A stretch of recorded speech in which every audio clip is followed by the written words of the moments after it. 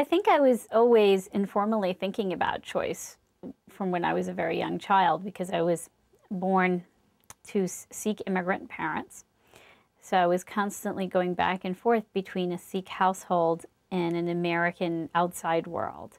So I was going back and forth between very traditional Sikh home in which you had to follow the 5Ks, never cut your hair, always carry around a comb, never take off your underwear never take off your underwear even if it was in the shower, dress very conservatively. And so I was growing up in a very traditional household, and yet at the same time, I was going to school in the United States where I was taught the importance of personal preference. So at home, it was all about learning your duties and responsibilities, whereas in school, it was all about, well, you get to decide what you want to eat. You get to decide how you're going to look and what you're going to be when you grow up. And when people learned that my parents actually had an arranged marriage, people thought that was the most horrific thing on earth. I mean, how could anybody allow their marriage, of all things, to be prescribed by somebody else? And, I went at home and my parents seemed normal. They didn't seem to feel like somehow they had been victims of some Nazi camp or something. So it was constantly going back and forth between these two cultures that kept raising the question, well, how important is personal freedom? And I think that has always been of interest to me. Then the other thing that affected my interest in choice while I was growing up was the fact that I was going blind, and that meant that there were lots of questions that constantly kept arising about how much choices I actually could have. So on the one hand, in school, your teachers are constantly telling you that you can be whatever it is you want to be as long as you put your mind and heart to it. And yet at the same time, I was also getting the clear message of, well, what can you do really? I mean, can you walk to school on your own? Can you study science? Can you study math? Can you go to a normal school? Do you need to go to a special school? What's going to become of you when you grow up? Are you going to have to live on Social Security and SSI? Are you going to be able to shave your legs? Are you going to be able to get married? So it was constantly thinking about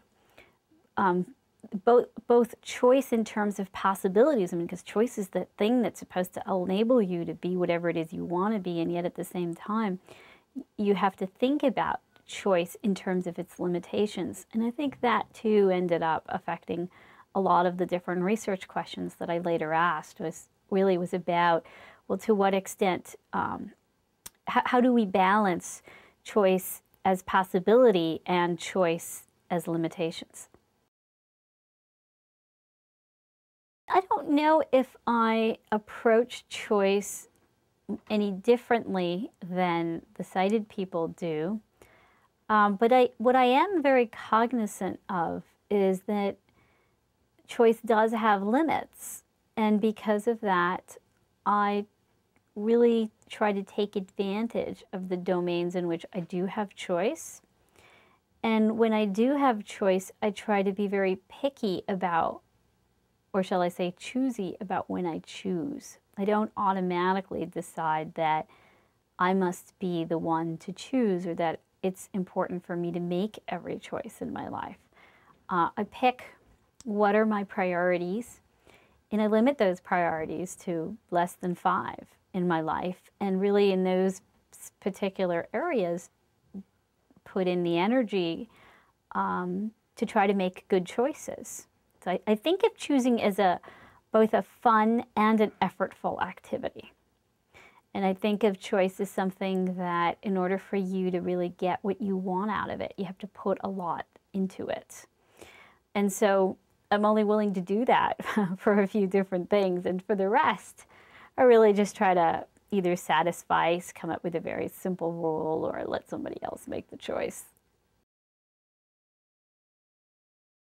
So when I was a Ph.D. student at Stanford University, I used to frequent this grocery store called Draeger's. And it's always a thrilling experience to go into a place that offers you a lot of choice. It's like, it reminds you of when you're a kid and you go to the amusement park, and whether it be Disney World or Six Flags, that thrilling moment when you first enter and you've got all these possibilities for the day, and it's really it's a wonderful feeling.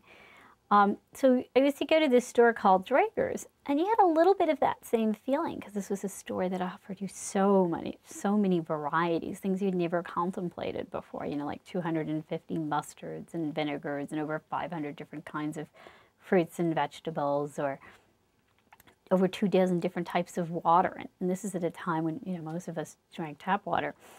So I used to go to this store and examine all the varieties, and we used to marvel at all the choices out there.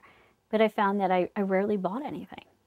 And I kind of thought that was kind of curious. I mean, they had things that the other grocery stores didn't have, and yet I never bought anything.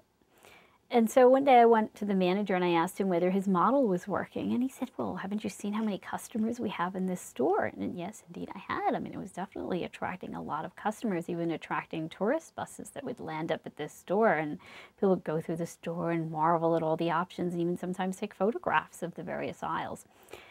So the manager agreed to let me do a little experiment where we put out a little tasting booth next to the entry, where we either put out 6 different flavors of jam or 24 different flavors of jam.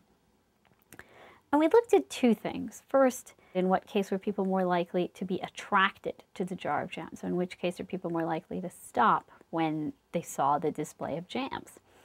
And what we found was that more people stopped when there were 24 jams. About 60% of the people stopped when we had 24 jams on display. And then at the times when we had 6 different flavors of jam out on display, only 40% of the people actually stopped. So more people were clearly attracted to the larger varieties of options.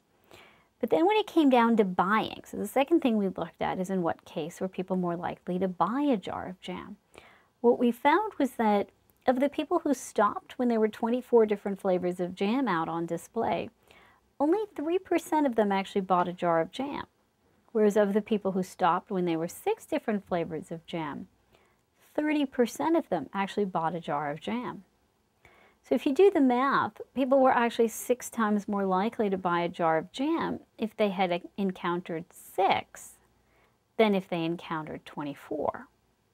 So what we learned from this study was that, well, people were more attracted to having more options. That's what sort of got them in the door or got them to think about jam.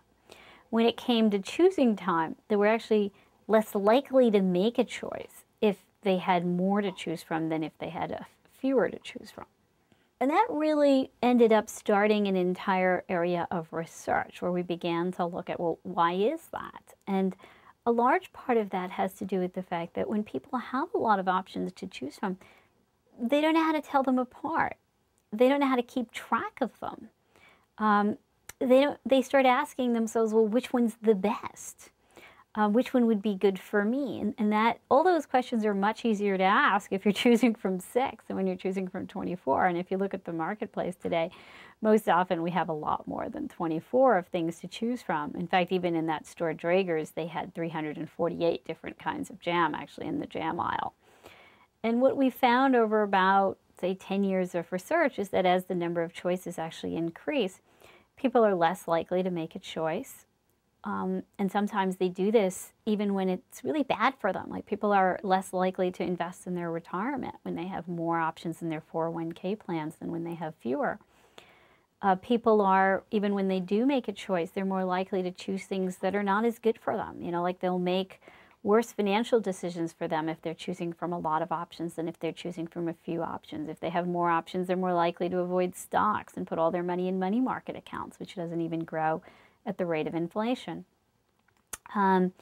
Also, if they choose from more options than fewer options, they're less satisfied with what they choose. And that's true whether they're choosing chocolates or which job offer to accept.